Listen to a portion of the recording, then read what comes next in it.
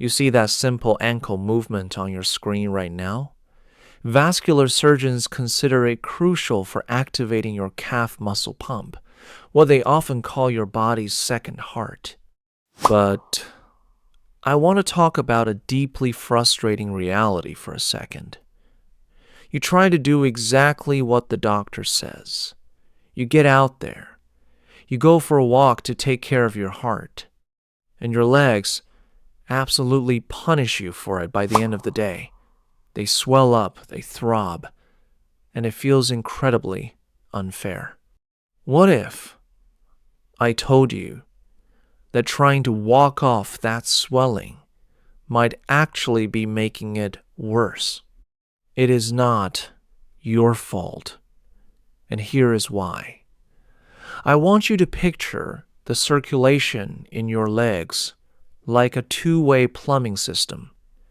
When you walk, your heart pumps a massive amount of blood down the pipes to fuel your feet. That's the easy part, because gravity helps pull it down. But getting that heavy fluid back up to your chest, that is a tough uphill battle. Your veins rely on tiny one-way check valves to push it back up against gravity. When we cross into our 60s, those check valves naturally get worn out. So, your heart shoots all that extra blood down, but your broken valves just can't push it back up fast enough. The pressure builds. The pipes leak into the surrounding tissue, and you end up with a massive biological traffic jam. To make matters worse, as we age, we naturally tend to adopt a shuffling walk instead of picking our heels up high. Because of that shuffling, your calf muscle isn't even squeezing hard enough to help pump that trapped blood out. You are doing the work, but you aren't getting the reward. Listen, poor circulation isn't just uncomfortable. It ruins your balance. It makes you a fall risk and can quietly lead to serious ulcers. You can wear the tight compression socks religiously and take your pills on schedule, but you still go to bed feeling like you're dragging around 50-pound dumbbells. But here is the good news. You don't have to stand up, and you definitely don't need to break a sweat to get that heavy pressure out of your legs. Tonight, I'm going to show you a simple 3-movement sequence you can do right in your bed to pump out all that trapped stagnant liquid. We'll start with a completely passive posture that frees your legs in minutes, followed by 2 easy movements to clear the roadblocks. Let's get that relief started right now. Move number 1. Go ahead and lie down flat on your mattress. Feel your spine neutralize. Right now, your heart and your feet are on the exact same level for the first time all day. Your blood doesn't have to climb a mountain to get home.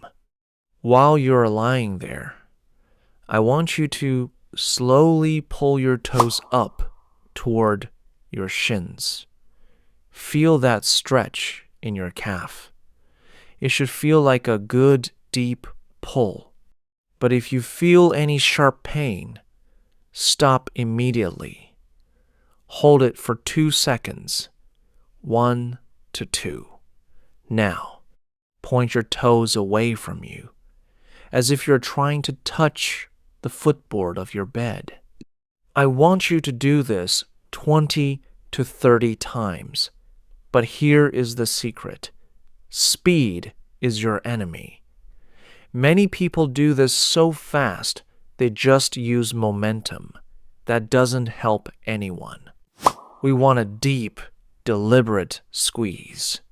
Think of those worn-out check valves we talked about earlier. When you pull your toes back, you are physically wringing out your calf muscle like a soaked sponge. You are helping move that heavy, stagnant fluid through the deep veins, getting the pressure out of your system and giving your legs a fresh start.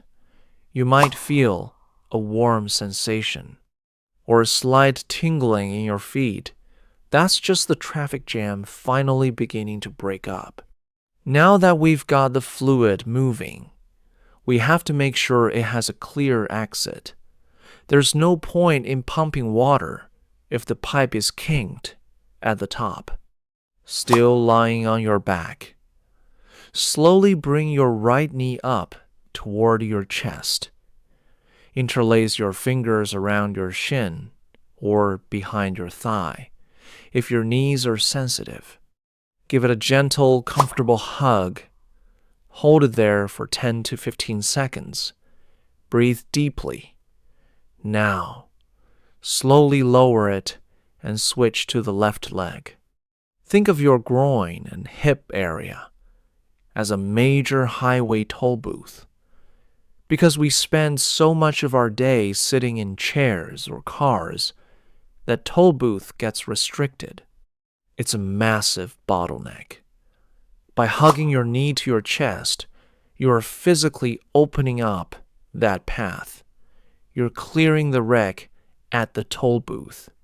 So the fluid we just pumped out of your ankles has a wide open 4-lane highway to flow back into your system. If you feel a sense of heaviness leaving your lower legs during this move, you're doing it exactly right. We've cleared the roadblocks. Now, it's time for the heavy hitter. Now, we are at the finish line. We've turned on the pump. We've cleared the toll booth. And now we're going to let the earth do the rest of the work for us. If you can, scoot your hips as close to the headboard or the wall as you comfortably can. Then, simply rest your legs straight up against it. If you can't get to a wall, don't worry. Just stack 3 or 4 thick pillows under your calves until your feet are well above your heart. Now, I want you to just stay here. Close your eyes. Take a few deep, slow breaths. We're going to stay in this position for 5 to 10 minutes. This is the only movement where you don't have to do a single thing. You've officially laid your plumbing system on a downhill slope. Every ounce of that heavy stagnant fluid that's been stretching your skin and making your ankles throb all day is now being pulled back home by 100% pure gravity. It's like releasing the pressure valve, helping that circulation flow with hardly any resistance anymore.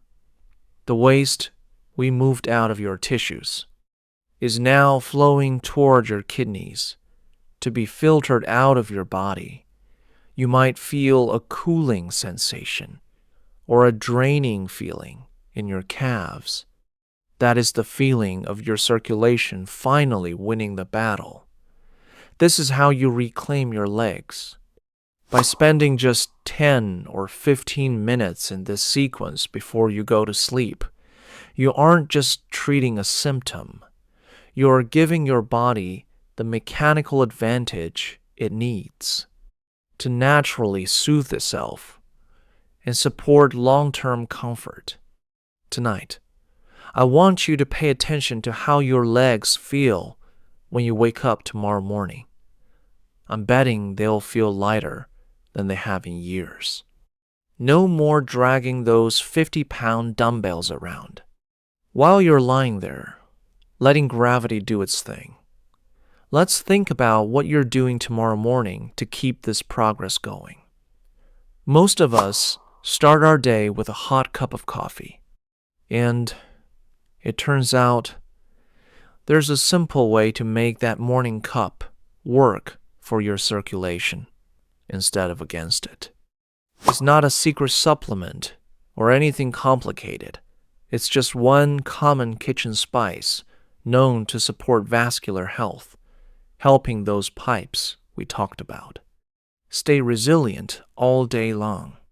In my next video, I'll show you exactly what that ingredient is and the science of why it works. But for now, don't worry about that yet. Just stay in this position for a few more minutes. Let your legs drain. Let your heart rest. And enjoy the feeling of that pressure finally leaving your body. When you're ready, the information on that morning boost will be waiting for you. Take care of your legs, and I'll see you in the next one.